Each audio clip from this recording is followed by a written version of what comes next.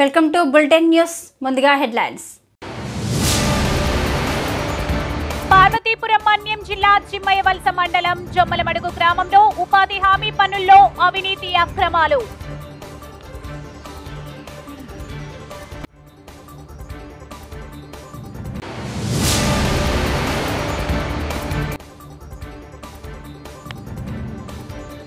Boys social welfare గురుకులం principal ని suspend చేయాలని ఏఐఎస్ఎఫ్ ములుగు జిల్లా కమిటీ డిమాండ్.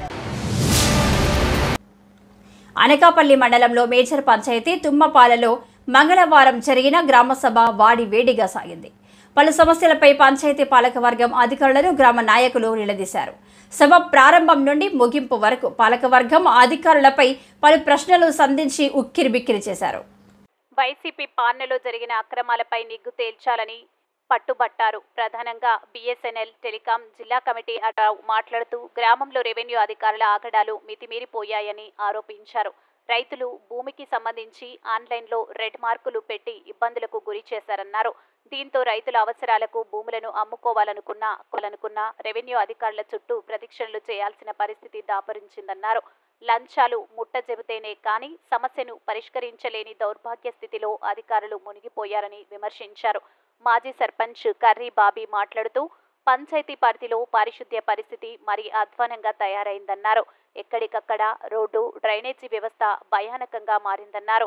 పంచాయతీ పరిధిలో గ్రామ కంఠం భూములు సైతం ఆక్రమణలకు గురయ్యాయని వీటిపై వెంటనే విచారణ చేపట్టాలని డిమాండ్ చేశారు.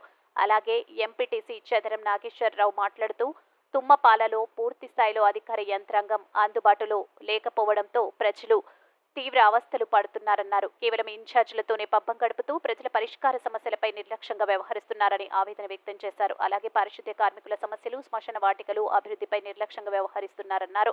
తదితర అంశాలపై గ్రామ నాయకుడు కాండ్రెగుల రవి అధికారులను నిలదీశారు. సభలో వెల్లడించిన అంశాలను పరిగణలోకి తీసుకుని పరిష్కరించేందుకు చర్యలు తీసుకుంటామని గ్రామ సర్పంచ్ తట్ట పెంటయ్య నాయుడు వెల్లడించారు. ఈ కార్యక్రమంలో ఎంపీటీసీలు, వార్డు మెంబర్లు, పంచాయతీ ఈవో ఈశ్వరరావు, గ్రామ నాయకులు పాల్గొన్నారు.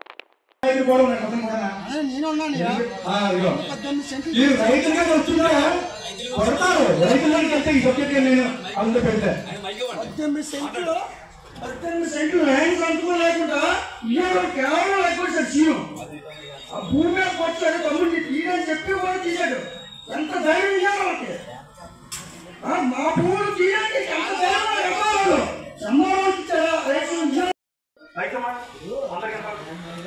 చెప్పండి.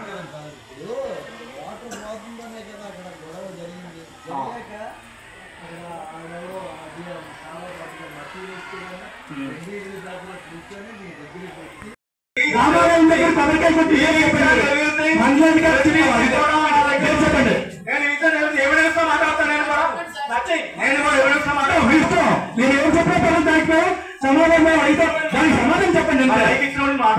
హామీలు ఇచ్చి చేయకపోతే మమ్మల్ని అడగచ్చు మీరు. ఒకసారి ఆయన ప్రభుత్వంలో ఆ గెలుపుకి పనిచేస్తుందో నేను ఒకరిని 5 సంవత్సరాలు జగన్మోహన్ రెడ్డి గారికి, సర్పంచ్ కంటిగారి గారికి గెలుపుకి పనిచేస్తుందో నేను ఒకరిని. దానికి జోడు తీసుకొని కొట్టుకున్నాం, జోడెత్తి కొట్టాం కూడా. అంటే వైఎస్ఆర్ కళ్యాణ మండపం ఎన్నిసార్లు కొబ్బరికాయలు కొట్టాం మనం, ఎన్నిసార్లు కొట్టాం మనం.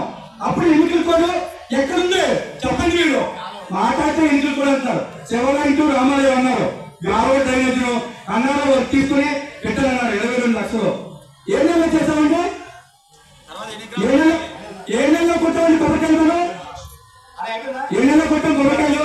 అలాగే అలాగే అలాగే శివాలయంకి పొద్దున రోడ్డు రేపే రేపే రేపే ఎన్నిసార్లు మీటింగ్లు అండి. మీకు అనుకూలం ఉన్న ప్రాంతంలో అయితే గ్రాంట్ వస్తుంది, దానికి ఎన్నికలు కూడా ఉండదు, దానికి రిటర్న్ పేపర్లు ఉండవు. మీకు అనుకూలంగా ఏరియా అయితే అతిథి అంటే అది ఒకసారి అంటే మీరు తప్పు చెప్తే నేను 10 సార్లు చెప్తాను. 100% చెప్పింది. వెల్కమ్ టు జనం వాయిస్. సింగరేణిలో ఉద్యోగాలు, ప్రభుత్వ ఉద్యోగుల బదిలీల పేరుతో కోట్లాది రూపాయల దండుకొని మోగిస్తున్న ముఠాను కొత్తగూడెం పోలీసులు అరెస్టు చేశారు. సింగరేణిలో క్లెరికల్ సహా ఇతర ఉద్యోగాలు ఇప్పిస్తాం అంటూ మోసాలను తెరలేపిన దాసు, హరికిషన్ గ్యాంగ్ ప్రభుత్వ ఉద్యోగుల బదిలీల పేరుతో భారీగా దందుకున్నారు. 2018 నుంచి ఒక ముఠాగా ఏర్పడి 13 మంది చీటింగ్ కార్యకలాపాలు కొనసాగించారు.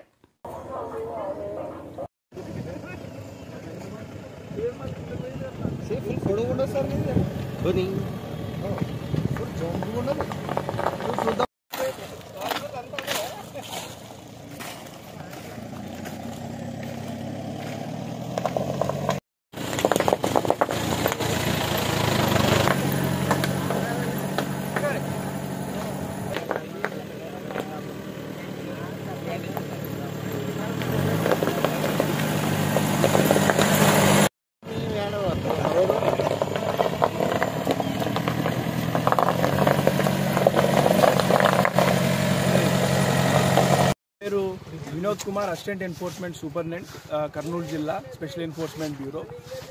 కర్నూలు జిల్లా ఎస్పీ గారు మరియు అడిషనల్ ఎస్పీ గారి నిరంతర ఆదేశాల మేరకు మరియు శ్రీ రవికుమార్ గారు ఈఎస్ గారి పర్యవేక్షణలో ఎస్సీబీ నిరంతరం వర్క్ చేస్తూ ఉంటుంది.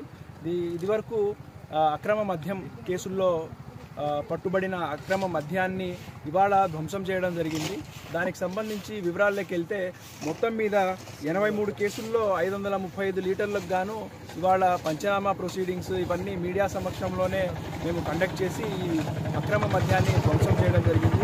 ఇంకా మనకి భవిష్యత్తులో ఆర్డర్స్ మన డిప్యూటీ కమిషనర్ గారి ఆదేశాల మేరకు ఇంకా మన స్టేషన్లో పట్టుబడిన ఇతర కేసుల్లో ఉన్న మద్యాన్ని కూడా ధ్వంసం చేయడం జరుగుతుంది.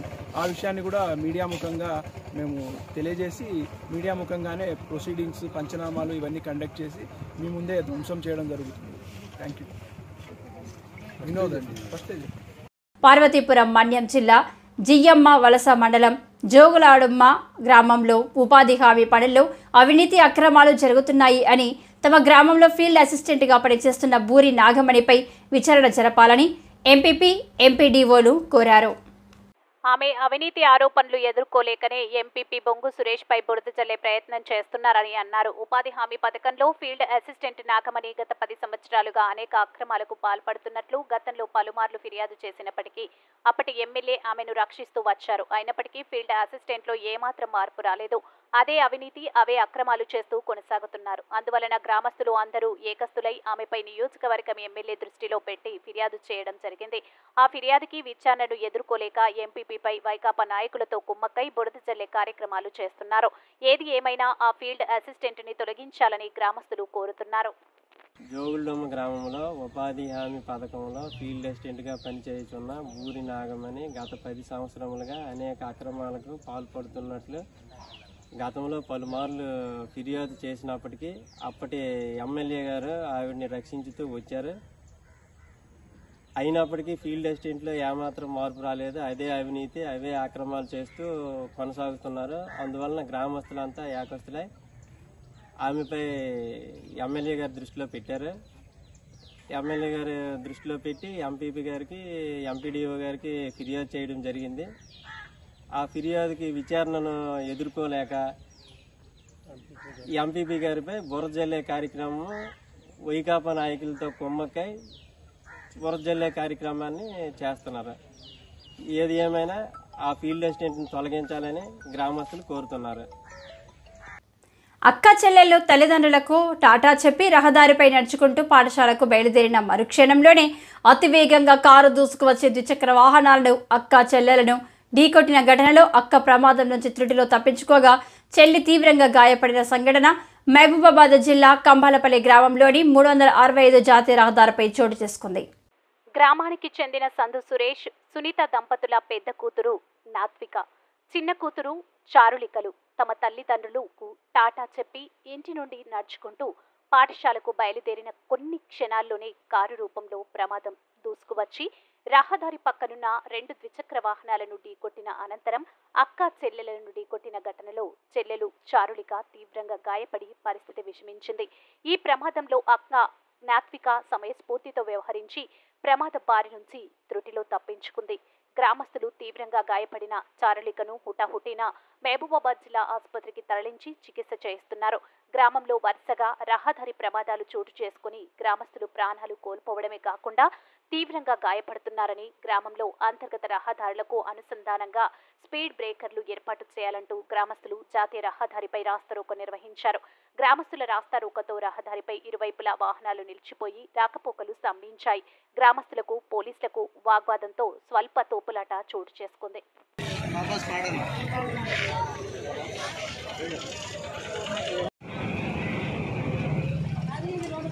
పడుతున్నాయని చెప్పలేదు.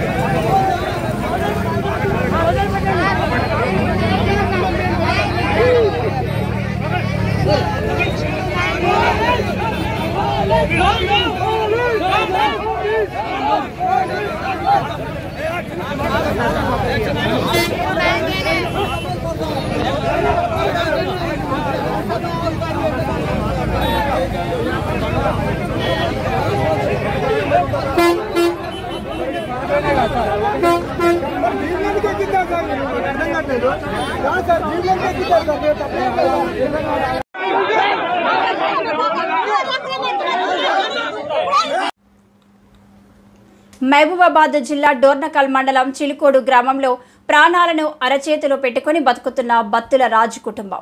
గత 20 సంవత్సరాల క్రితం బత్తుల రాజు నివాసం ఉంటున్న ఇంటి స్థలంలో విద్యుత్ అధికారులు ట్రాన్స్ఫారం నిర్మించారు. వర్షాకాలం వస్తే ట్రాన్స్ఫారం నుండి మంటలు, భయంకరమైన శబ్దాలు రావడంతో ప్రమాదం ఎటువైపు నుంచి వస్తుందో తెలియక బిక్కుబిక్కుమంటూ జీవనం సాగిస్తున్నారు.